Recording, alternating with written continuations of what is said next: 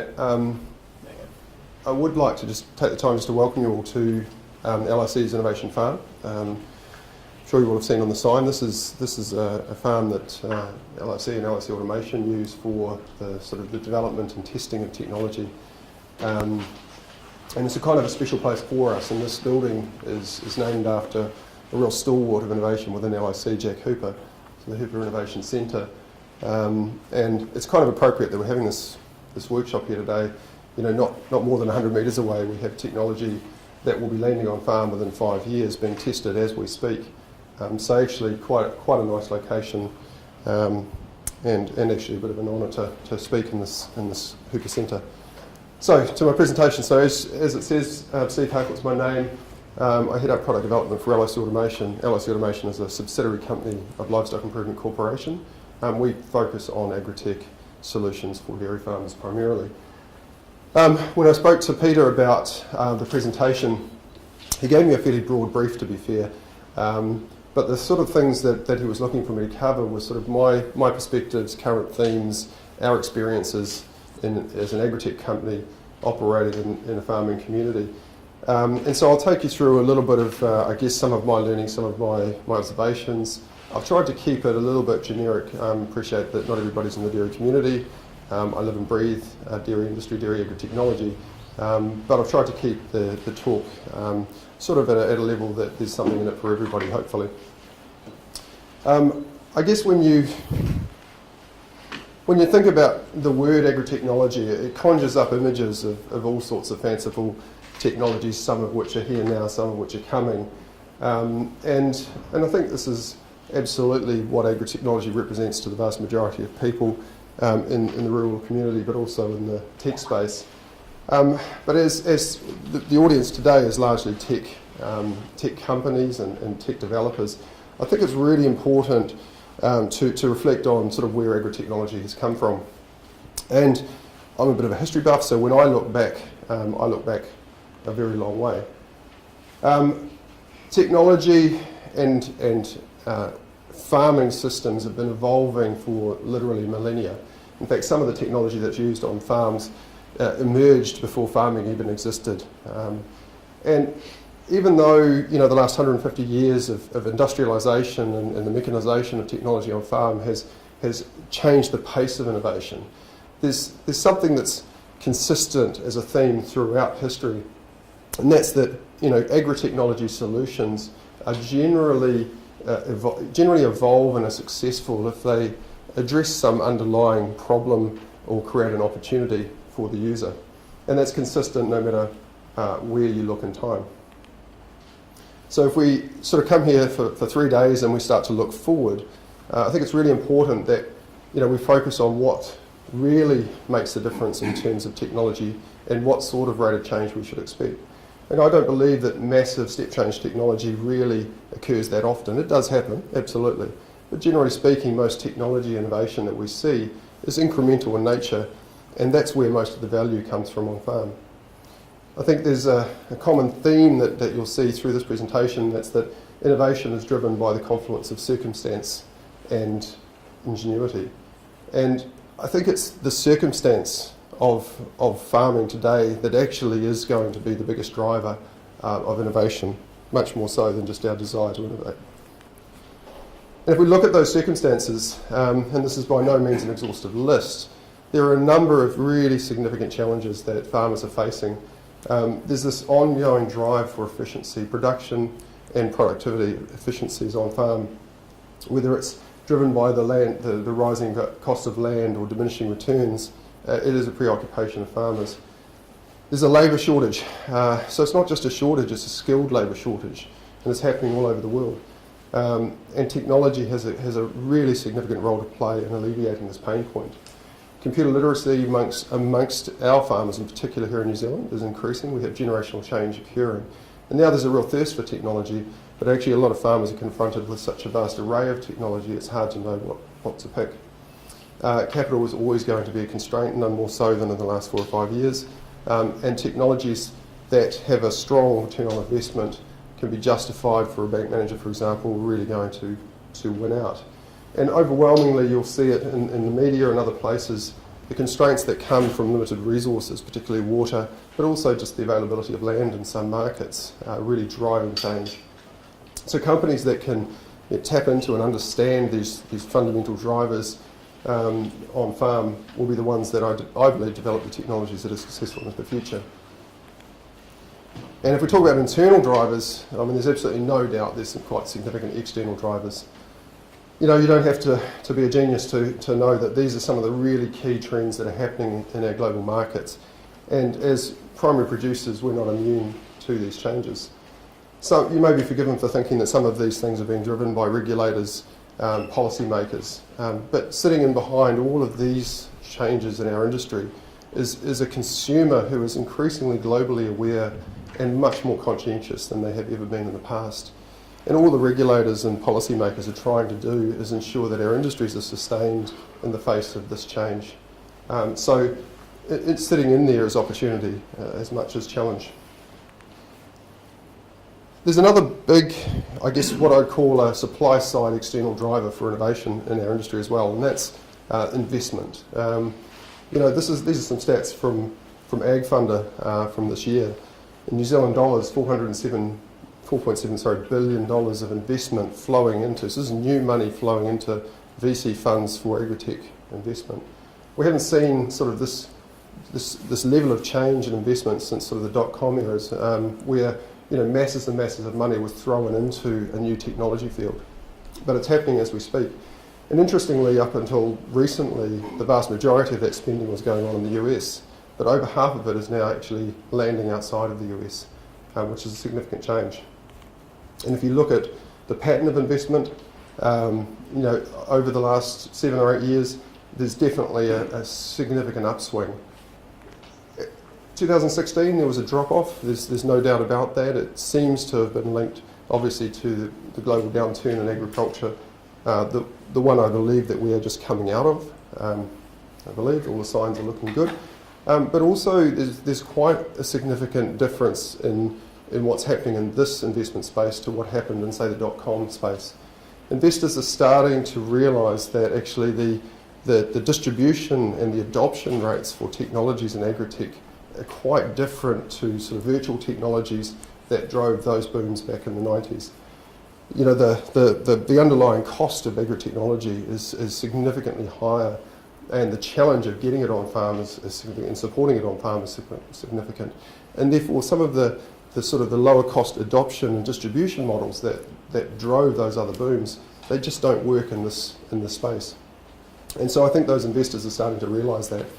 And the other thing they may be coming to terms with is the fact that rural consumers are a different consumer group. I think that a lot of the technology growth through the 90s was largely urban-based, and it was urban people who increasingly had time to spend on exploring technology and learning and finding ways that it works for them. And I think in the rural communities, you've got quite a different dynamic. You know, time is at a premium, and you just can't afford to sort of explore your way through it to find the value.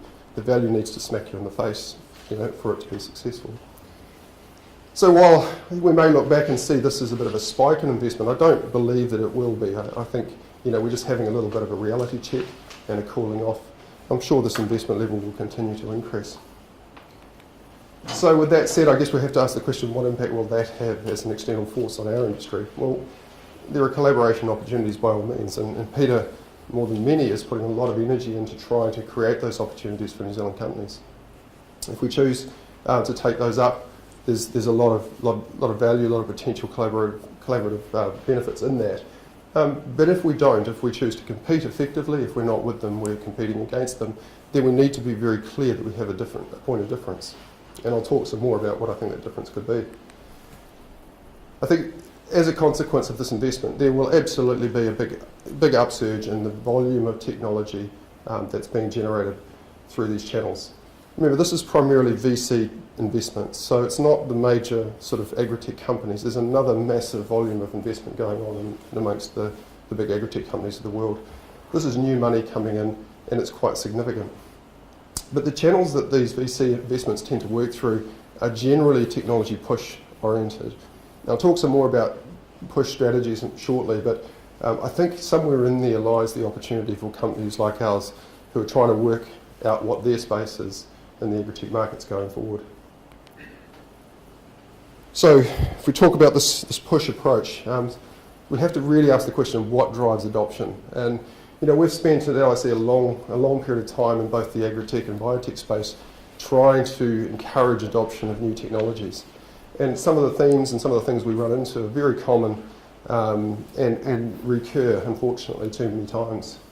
But one thing that's quite clear is I think that we've fallen into the trap of having this discussion around the push or pull strategy for technology deployment. And it's kind of a little, I just don't think it's real. I think what we're talking about is supply and demand. And you might say, well, actually, they're just different phrases for the same thing. But I think there's a really big difference. A company that sets itself up to push technology, there's a mindset difference there. The idea that if you build a good product, there will be a way to get it to market. Just trust me, you can push it. That's not real. There are some exceptions, but generally speaking, you need to find an equilibrium between a supply and demand equation so that there is a natural channel to market, that there is some pull. And I think talking about it in terms of supply and demand is actually a healthier conversation to have than push and pull. The other thing that pull kind of leads you down the path of believing is that markets behave normally, that people make decisions logically. And I don't think that is the case. In fact, a lot of the time that isn't the case. I can think of, we often have a conversation within LIC Automation about our automation technology is very well suited for large farming operations with lots of staff, lots of cows, too much information to handle. But then you run into customers like that who are sort of basically running big volume, low margin businesses and just want to push animals through and haven't actually got the time or the energy for technology. Then you can run into another farmer who is a very small operation and just has a passion for technology. And it won't matter whether the cost benefit is there or not. He wants that technology on his farm and he's prepared to invest and spend the time finding ways to use it. So I think we have to kind of expect that our markets are unpredictable and really listen to those buying kind of signals that we're hearing when we go to field days and you have a conversation. Listen hard for what is it that's kind of making you make that decision or driving your decision making. And I'll talk a little more about what we've observed because it may help. I think one thing, I don't know if many of you have seen this movie, it's one of the great sports movies of all time, I think, Field of Dreams, Kevin Costner starred in it. And I see some parallels here with sort of technology entrepreneurs. The star of this movie is a farmer, a corn farmer in the Midwest, and he had this vision, and he just kept having this sort of recurring sort of thought in his mind: if you build it, they will come. Eventually, he builds a baseball diamond in his cornfield, and the ghost of Babe Ruth comes out of the corn and runs a few innings with him. But it leaves you with this kind of this thing in your head, and I've been thinking about this: if you build it, they will come. It's actually he will come, but just put a spin on it for the purpose of the presentation. But it leaves you with this idea that you can build stuff and people will come to it. And I think the parallel with entrepreneurs is just building something and trusting that people will come is a really risky strategy. I mean, Kevin was lucky that Babe did turn up and it was a great outcome. The movie was excellent. But that's just not a reality in most technology fields. So there are some impediments. I'll touch on these briefly because I want to talk more on the positive side of it. I think things that I've seen, fundamentally the failure to understand the problem that you're addressing and all too many solutions go to a symptom of the problem. We have, ourselves included, misjudged the appetite for change at times. We built some amazing sort of farm management software a few years ago, and it could make a huge difference on farm, but people weren't ready for it. I believe they are now.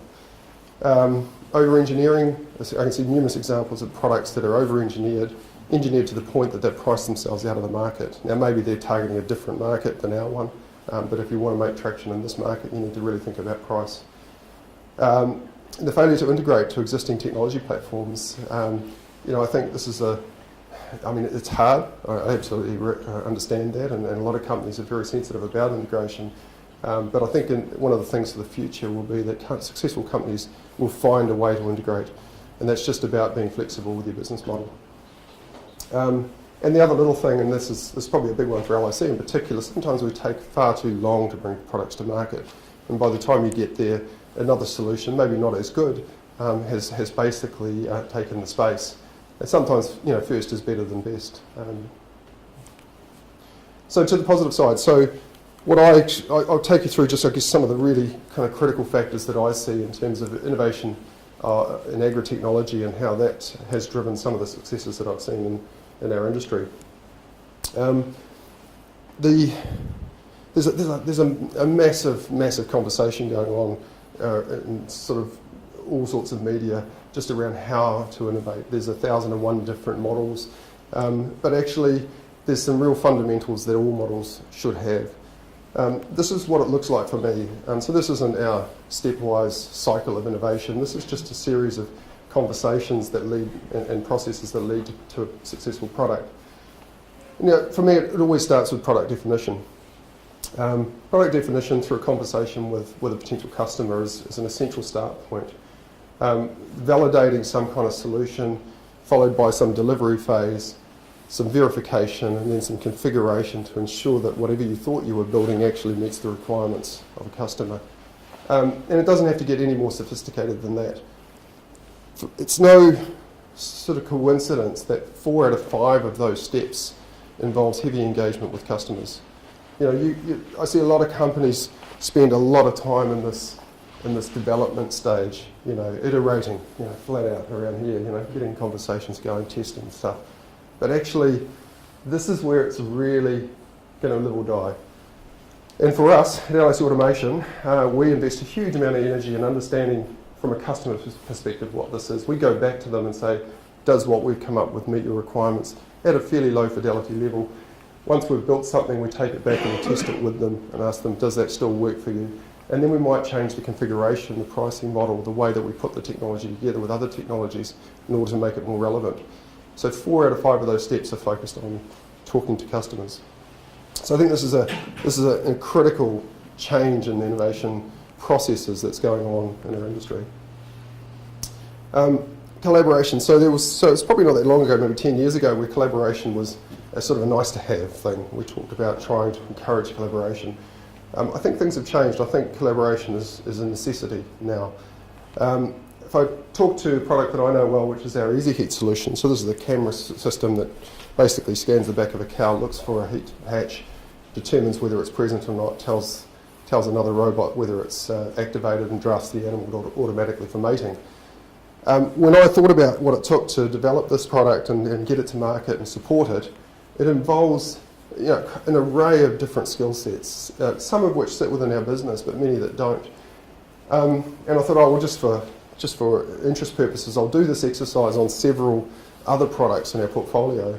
And actually, I'm not going to bother presenting them because they're all very similar.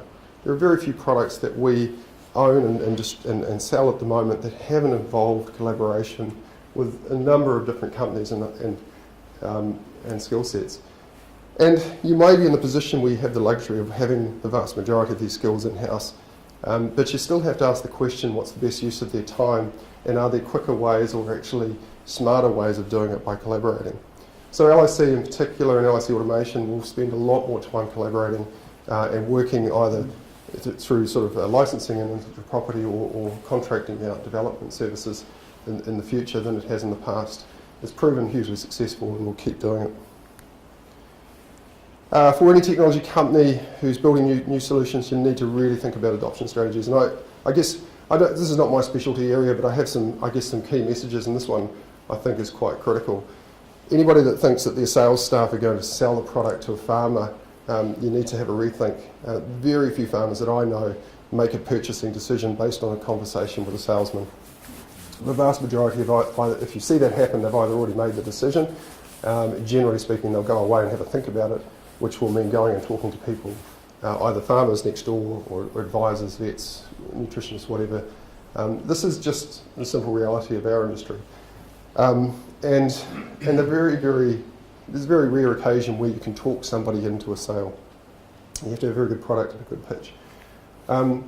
But the thing is, when you convince farmers of the quality of your product, then their advocacy and the word of mouth, that's actually the thing that sells product in our industry. There's absolutely no doubt about that. We've tested it numerous times. You can have the best product in the world, but if the conversation out there is not positive, and those farmers aren't positive advocates for your technology, then it just won't go anywhere. And I'd like to think that, you know, our development cycle that I described earlier on, where we engage heavily with customers through that development process, is actually the first step in our marketing program to get a good conversation going. Either a conversation about how rigorous our development was and how well we tested the product, or a conversation about, well, actually, you know, the prototype was bloody good. I think the final version is going to be awesome. Getting those conversations started is actually a really, really big key for adoption. The other one that springs to mind is that, you know, any way we can get farmers to realistically value their time. In fact, any customer, to be honest, to value their time in a way that allows them to contemplate what they could be doing, what other productive activities they could be doing, is huge. Now, the number of times even I've thought myself, why would I buy that when I can do it myself? Why would I pay him if I can do it myself? For nothing. And there's always that for nothing bit on the end, but that's never for nothing. You know, that comes at huge cost. And if you think about some of the challenges that are facing our industry and our farmers, you know, if they could divert some of their energy onto confronting those challenges and starting to kind of innovate their own business models to meet those challenges, I think it will pay huge dividends into the future. And companies that work with farmers to achieve this will be successful. There's no doubt about that in my mind. So really, you know, in the case of information technology, for example, getting farmers to value the information for other purposes will be the justification for the technology acquisition, without doubt. Another really significant change that's occurring in our industry are operating structures. It used to be, you know, a relatively simple job to run a farm. Complexity under the surface, but one individual would largely take control. But the skills required, the roles are changing, and there's an increasing network of influences over farming decisions. And quite often, users really aren't making the purchasing decisions anymore. It's not uncommon, you know, I guess on the back of some pretty good years in the dairy industry, you know, for even owner-operators to not necessarily milk the cows every day. You generally, back in the day, you would get up, you would milk the cows. When you wanted a holiday, you'd bring in a relief milker and go on holiday. And nowadays, there's sort of almost the reverse dynamic. There's someone else milking the cows, and you relieve them so they can take annual leave. And that's quite common, and even in small operations. So this kind of farm owner or share milker type situation has sort of proliferated into a whole vast array of different operators and influences on farm. And understanding who you're dealing with and who your product targets is really quite essential. Otherwise, you really will struggle to get decisions made or influence the right person. And it's not to say you ignore all of the people down in this hierarchy and try and focus on the decision maker. You can convince people of the merits of your technology and get a conversation going on farm, then they become your positive advocate. So the other thing that really strikes me as potentially game-changing is where innovation will come from. I see three kind of key areas. Existing AgTech companies, ourselves included, we will definitely keep investing. This is a great area of innovation. There's lots of potential in it for our customers. AgTech startups, we talked about that at the start. There's definitely a major kind of investment cycle going on, and there will be lots of innovation coming from that sector.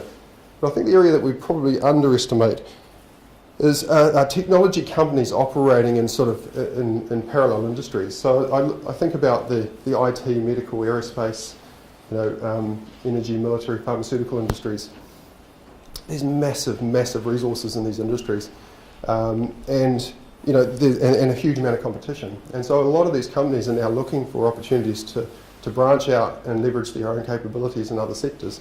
And agriculture does seem to be a pretty good target for a lot of them. So some examples that might not have sprung to mind. Hitachi, one of the biggest sort of tech companies in the world, famous for power tools and vehicles and things like that, have a huge investment going into AgTech in Australia, and are starting to build up a sort of a precision agriculture offering. Fujitsu, for about 7 years now, has been developing a global agricultural information solution for global farmers. Is putting massive amounts of money into building up these platforms. See a lot of potential in it, complementary to some of their other products. And even Google, who recently acquired this organisation DeepMind, while they're not in the agricultural space right now, they are they're taking on the challenge of applying machine learning technologies to information across sort of the health sector and other sectors, and mining basically information to improve the precision of decision making over health outcomes for humans.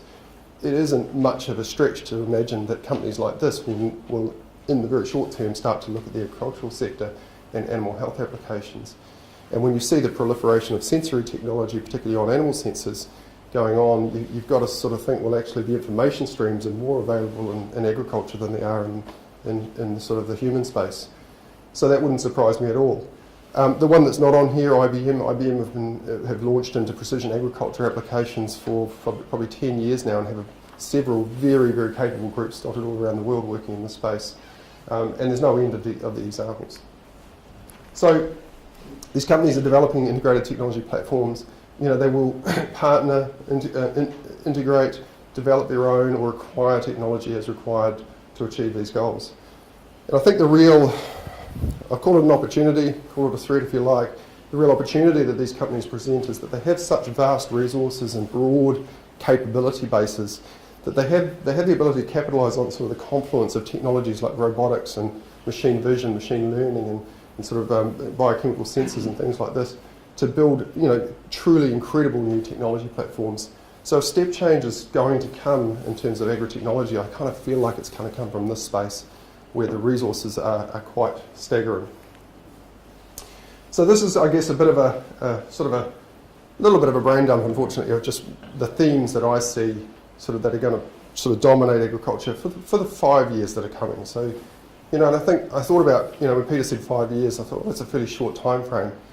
But I actually really quite like it because, you know, it allows us to kind of project forward and be quite positive about where things are going. But it actually also allows you to stand quite firmly where you're at and make solid decisions about what's currently in your pipeline, because that's the time frame across which it'll land. So it's actually not a bad time frame to work on. So not surprisingly, some of the opportunities that I see kind of aren't that far from reality right here today. But I think we will kind of see sort of an ongoing mobilisation of technology, so putting information where you want it. Wearable technologies, as I mentioned before, whether that's on animal or on operator, I think will continue to proliferate. There's a lot of examples of it already, and new technologies being developed all the time. Sensory technology, that's a real specialty area of LIC Automation. We are very focused on a whole range of sensors beyond milk sensors. This is probably one of the biggest growth areas on the page. But anything that produces sort of accurate, repeatable, low-cost results with very low operating costs in particular has huge potential, especially when we talk about some of the big data applications below. Autonomous systems, machines that kind of effectively automate manual tasks. There's no doubt that these are starting to really take off. Probably 10 years ago, if someone said, will robotic milking take off in New Zealand, I would have said no chance. Now I'm kind of like, I get it in Europe, I totally get it. In New Zealand, actually, maybe. We've got some really prominent farmers adopting this technology, and actually it's very reliable and increasingly cost effective. Modularisation, so this is about basically putting the solution that you need at your fingertips. We used to build a lot of quite substantial products, software products in particular, and you could do everything in this product. And what's happening now, particularly with the development of apps, is the thing that you want to do when you want to do it right there and no noise, and I think this is a big change. We've really embraced this, got some really great feedback from our customers in Europe recently that they just love the cleanness of our product. They love the fact that the job they're trying to do is right there, they do the job and it's done. And there's no mucking around, dropping down menus and things like that. So I think modularisation will be a really strong theme. And along with that, networking. So information kind of from different sources coming together so that you've got what you need to make decisions when you need it. I'll talk a little bit about machine learning and big data separately, but essentially these aren't new sort of themes at all. They've been around for quite some time, and they just haven't quite delivered on the promise. I can remember we kicked off, I guess, a capability build in machine learning at LIC maybe 10 years ago. And the goal was to have products that integrated machine learning into them. Really what we've done is we've used machine learning for research purposes and then produced products out the back of that. We're just starting to integrate machine learning into products as we speak. But I think one of the problems here has been something along these lines. Big data analytics and machine learning and other AI technologies really require information sources that are so substantially large that you just can't handle them any other way. And to date, the sensory technology that's been available has been few and far between, and you can't get enough replicates across different farms to really feed those models. So I think what's likely to happen now as sensor technology proliferates, genuinely big data will be generated on farm. Still a challenge on what we do with it and how we store it. But once that's in place, you can then network the data across multiple farms and start to build up, I guess, what the essential missing element is, which is the feedback mechanism for machine learning. So machine learning, you can't just sort of stick it on a data set and say learn. You need to tell it what you think it should know, tell it to go and interrogate the data, and then tell it what the actual outcome really was. And so the feedback mechanism is the thing that's held back machine learning. So network sensory information systems really has the potential to create those feedback mechanisms, and then machine learning becomes very viable as a solution on farm. And I think that little dynamic there is probably what's going to make the difference as technology evolves. So I thought about not doing this, but I think I just make a few statements that I think really epitomise